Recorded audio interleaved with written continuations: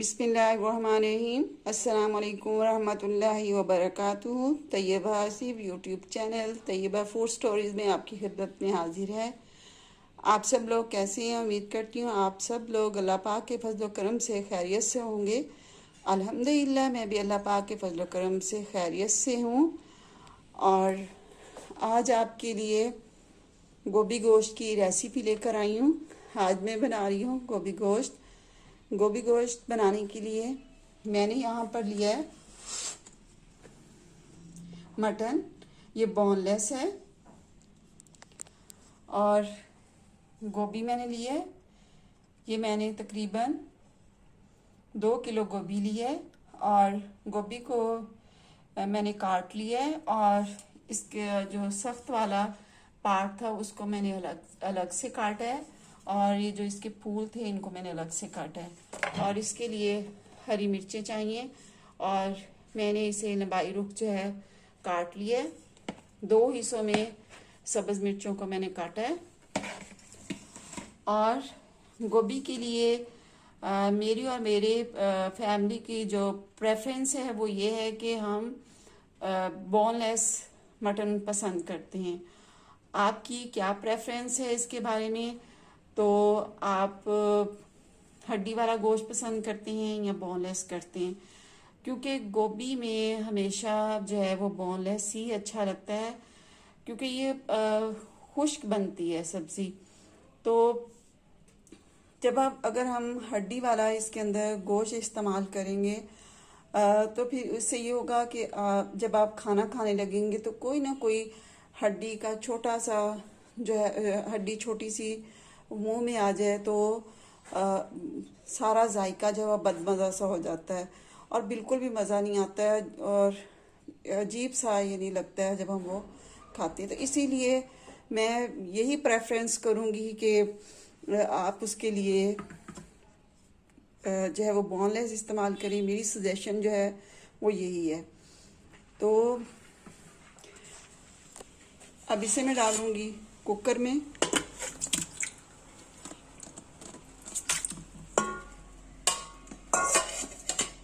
और इसमें डालेंगे हम प्याज,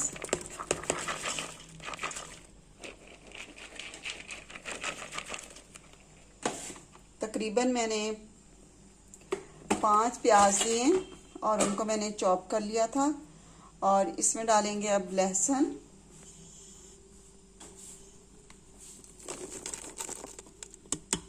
गोभी के अंदर मैं लहसुन का इस्तेमाल ज़्यादा करती हूँ और अदरक का इस्तेमाल भी ज़्यादा करती हूँ। अदरक और लहसुन से गोभी का टेस्ट है बहुत ज़्यादा अच्छा बनता है। इसके अंदर अब हम डालेंगे हल्दी, 1 चम्मच हल्दी का मैंने शामिल किया, 2 चम्मच लाल मिर्च पाउडर,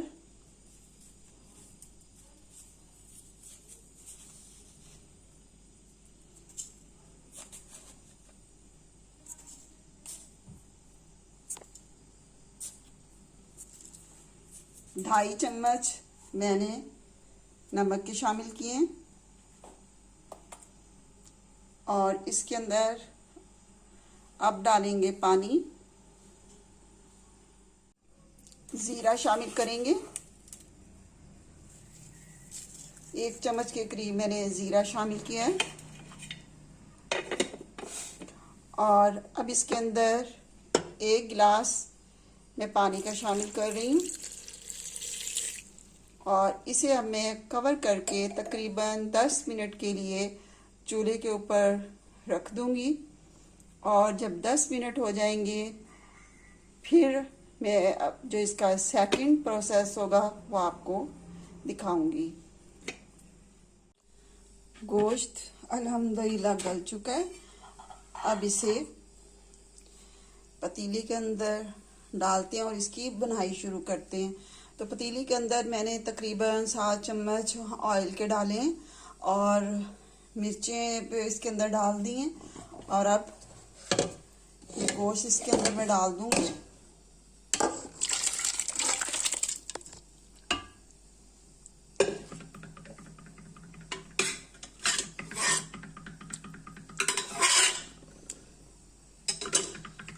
इसे अब मैं चूल्हे के ऊपर रख दूंगी।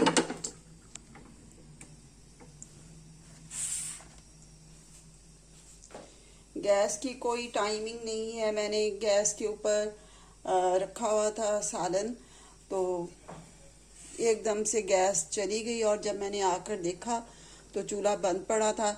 अब मैंने सिलेंडर के चूल्हे के ऊपर जो है पका रही हूँ। सिलेंडर वाले चूल्हे के ऊपर मैं बना रही हूँ।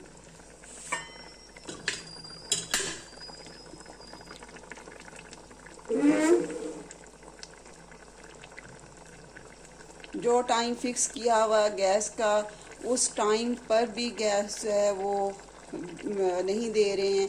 और अगर कोई प्रेशर इस्तेमाल कर रहा है तो उनके मीटर जो है वो काट देते हैं। तो यहाँ पर सिर्फ मैं इतना कहना चाहती हूँ कि देखें, अब गैस भी नहीं दे रहे हैं और जो लोग प्रेशर इस्तेमाल कर रहे हैं तो उन लोगों के भी मीटर जो है वो काट कर लेकर जा रहे हैं। तो शहर में रहने वाले अब जितने भी लोग हैं तो वो क्या करें। तो इन्हें हुकूमत को चाहिए कि वो हमारी मुश्किलात को आसान करे, बल्कि हमारी मुश्किलात आसान करने की बजाय तो हमें जो है वो गवर्नमेंट ने हमें जो है वो मुश्किल में डाला हुआ है। तो ये पता नहीं कैसी गवर्नमेंट है, इनके कोई असूल नहीं है, कुछ नहीं है, कोई समझ नहीं आ रही है कि क्या करना है और क्या नहीं करना है। औरतों के लिए बहुत ज़्यादा मुश्किल है। देखें, मैं मगरिब की नमाज़ पढ़ने के लिए गई हूँ और मैंने सोचा कि मैं गोश्त जो है वो रख देती हूँ चूल्हे के ऊपर, और जब मैं मगरिब की नमाज़ में अपनी तरफ से उसे पकने के लिए रख कर गई हूँ और जब मैंने आकर देखा तो चूल्हा बंद पड़ा था और बिल्कुल भी गैस उसके नीचे नहीं थी। तो बहुत ज़्यादा मसले मसाइल हमारे लिए खड़े होते हैं। तो जो टाइम फ़िक्स किया गया है गैस के लिए, तो कम से कम 3 घंटे या 4 घंटे जो गैस का उन्होंने कहा है कि हम 3 या 4 घंटे घरों को गैस देंगे, तो उस वक्त पर गैस क्यों नहीं दी जाती। तो मेरी जो है वो गवर्नमेंट से भी गुजारिश है, रिक्वेस्ट करती हूँ उनसे कि कम से कम वो हमें जो है हमारे लिए जो है वो गैस का इंतज़ाम करें। और हमें बहुत ज़्यादा परेशानी होती है। और देखिए, इस वक्त मैं सिलेंडर का इस्तेमाल कर रही हूँ।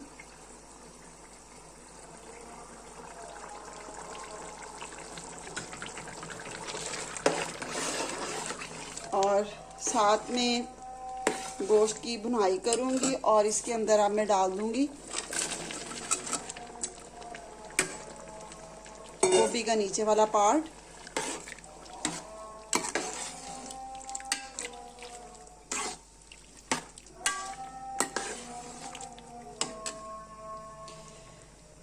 मैं बकरे की गोश्त की ज़्यादा भुनाई नहीं करती हूँ। और दूसरा ये कि जब मैं बकरे का गोश्त बनाती हूँ तो मैं उसका सारा पानी ड्राई नहीं करती हूँ। तो अभी इसके अंदर थोड़ा सा पानी रह जाएगा और इसकी मैंने ज़्यादा बुनाई भी नहीं करनी है और इसके अंदर मैं गोभी को शामिल कर दूँगी। अभी आप देखेंगे कि मैं सारा पानी इसके अंदर से मैंने ड्राई नहीं करना और इसको मैंने ज़्यादा भूनना भी नहीं है। बकरे का आप जब भी गोश्त पकाएं तो उसको ज़्यादा उसकी भुनाई मत किया करें। आपके साथ जो बातें मैं शेयर करना चाहती हूँ वो कुरान पाक से मुतल्लिक़ हैं। और अल्लाह पाक ने कुरान पाक में क्या इरशाद फरमाया है। सूरह तहरीम 28वें पारे में अल्लाह पाक फरमाते हैं, या अय्युहल्लज़ीना आमनू तूबू इलल्लाहि तौबतन नसूहा असा रब्बुकुम अन युकफ्फिरा अन्कुम सय्यातिकुम व युदखिलकुम जन्नातिन तजरी मिन तहतिहा अल-अनहारु यौमा ला युख़ज़िल्लाहुन नबिय्या वल्लज़ीना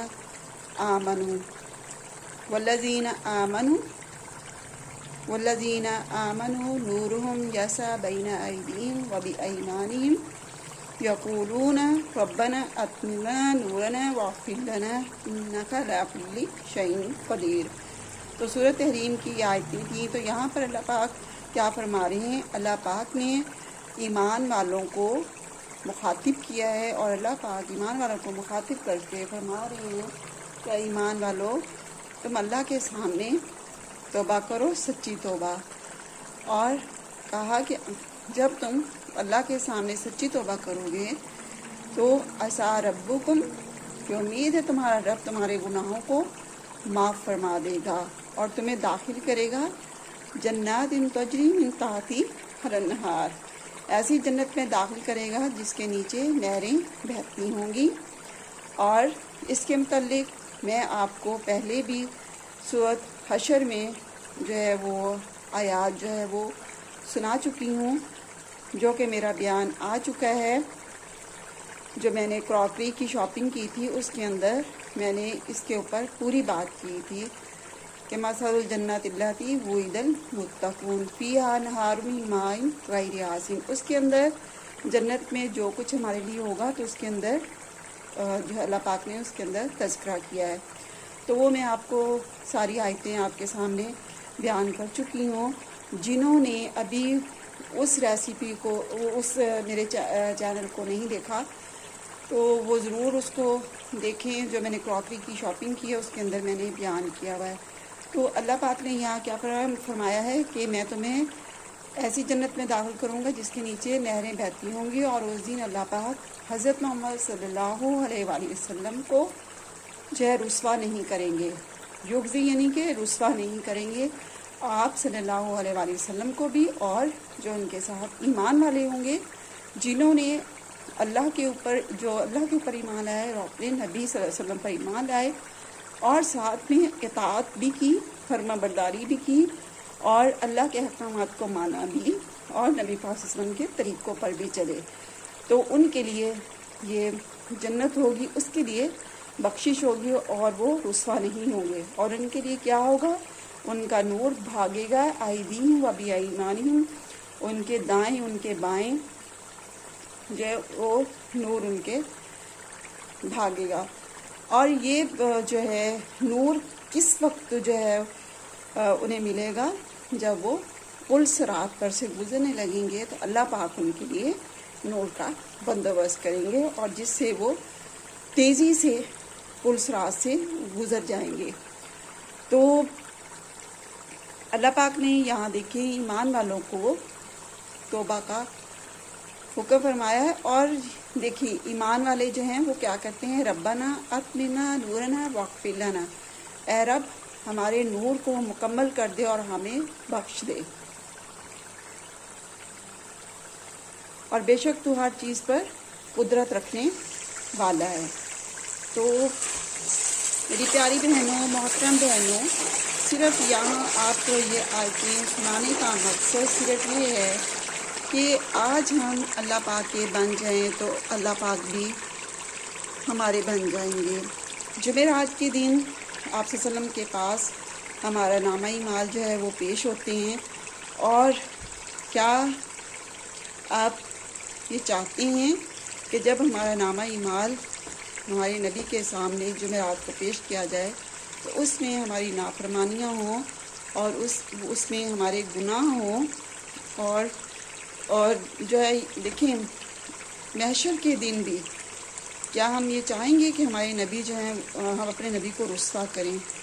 तो आज से ही हम अल्लाह पाक के आगे तौबा करें और अपने गुनाहों पर जो है अल्लाह पाक से मग़फ़िरत मांगें और आइंदा के लिए जो है सच्ची तौबा करें और नमाज़ पढ़ने की तरफ आ जाएं, कुरान पाक की तिलावत करने की तरफ आ जाएं। तो अब इसके अंदर मैं डाल रही हूँ गोभी। तो आपके सामने मैं बातें जो शेयर करना चाहती हूँ वो कुरान पाक से मुतल्लिक़ हैं। तो कुरान पाक में अल्लाह पाक ने इरशाद फरमाया है कि ईमान वालों से अल्लाह पाक जो है वो मुखातिब हैं। हमारे अल्लाह पाक या अय्युहल्लज़ीना आमनू तूबू इलल्लाहि तौबतन नसूहा, या अय्युहल्लज़ीना आमनू तूबू इलल्लाहि तौबतन नसूहा, असा रब्बुकुम अन युकफ्फिरा अन्कुम सय्यआतिकुम व युदखिलकुम जन्नातिन तजरी मिन तहतिहा अल-अनहार यौम ला युख़ज़िल्लाहु नबिय्या वल्लज़ीना माअहु नूरुन यसा बैन अयदीहिम व बिअयमानिहिम यक़ूलूना रब्बना अत्मिम लना नूरना वग़फ़िर लना इन्नका अला कुल्लि शैइन क़दीर। तो अल्लाह पाक फरमा रहे हैं कि ए ईमान वालों तौबा करो, अल्लाह के आगे सच्ची तौबा करो उम्मीद है कि अल्लाह पाक तुम्हारे गुनाहों को बख्श देगा और तुम्हें दाखिल करेगा ऐसे बागात में जिनके नीचे नहरें बहती होंगी। और उस दिन अल्लाह पाक अपने नबी को, हज़रत मोहम्मद सल्लल्लाहु अलैहि वसल्लम को और जो उनके साथ साथी होंगे ईमान वाले, तो अल्लाह पाक उन्हें रुस्वा नहीं करेंगे और उनका नूर जो होगा वो दौड़ेगा उनकी दाईं तरफ, उनके बाईं तरफ, और वो अल्लाह पाक से कहेंगी, या अल्लाह हमारे नूर को मुकम्मल कर दीजिए और हमें बख्श दीजिए। बेशक आप हर चीज़ के ऊपर कुदरत रखने वाले हैं। तो मेरी प्यारी बहनों, मेरी मोहतरम बहनों, तो अल्लाह पाक देखिए सूरत तहरीम में 28वें पारा में अल्लाह पाक ईमान वालों से मुखातिब होकर कह रहे हैं। अल्लाह पाक को देखिए अपने बंदों की कितनी फ़िक्र है। अल्लाह पाक किस तरह अपने ईमान वालों से मुखातिब होकर कह रहे हैं कि मरने से पहले जो है तुम लोग अल्लाह के बन जाओ, अल्लाह पाक के आगे तुम तौबा कर लो, ए बंदो तुम मेरे बन जाओ, तुम नमाज 5 वक्त नमाज पाबंदी के साथ पढ़ो और 5 नमाज़ों को पाबंदी के साथ पढ़ो, कुरान पाक की रोज़ाना तिलावत करो, अपने नबी की सुन्नतों पर चलो और मेरे अहकामात को मानो। और जब तुम मेरे बन जाओगे तो फिर मैं तुम्हारा बन जाऊंगा। तो ये बात हक़ है कि जब हम अल्लाह के बन जाएंगे तो अल्लाह पाक भी हमारे बन जाएंगे और फिर हमारा अल्लाह पाक अपनी फरिश्तों की मजलिसों में अल्लाह पाक हमारा तज़किरा करेंगे। तो क्यों ना आज ही हम अल्लाह पाक से तौबा कर लें। देखें, ये जो नूर की बात हो रही है, ये नूर की बात जब पुल सराज से गुज़रने लगेंगे तो अल्लाह पाक उस वक्त ये नूर जो है ईमान वालों के लिए उसका इंतज़ाम करेंगे। तो ये वो नूर होगा। तो जब गुनाहगार जो होंगे जिसका तज़किरा सूरत हदीद में भी है, तो मैंने आपको उसकी आयात जो हैं, मैंने अपनी क्रॉकरी की जो शॉपिंग की थी तो उस वीडियो में मेरा वो बयान जो है वो पूरा आ चुका है। आप ज़रूर उसको देखिए।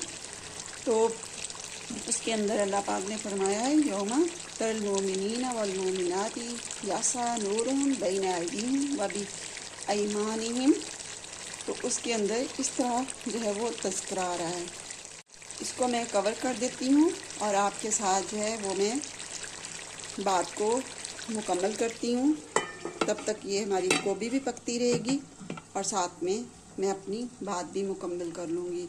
तो यहाँ पर आपको मैं सूरत हदीद की आयात सुना रही थी जो सूरत तहरीम के साथ रिलेटेड हैं।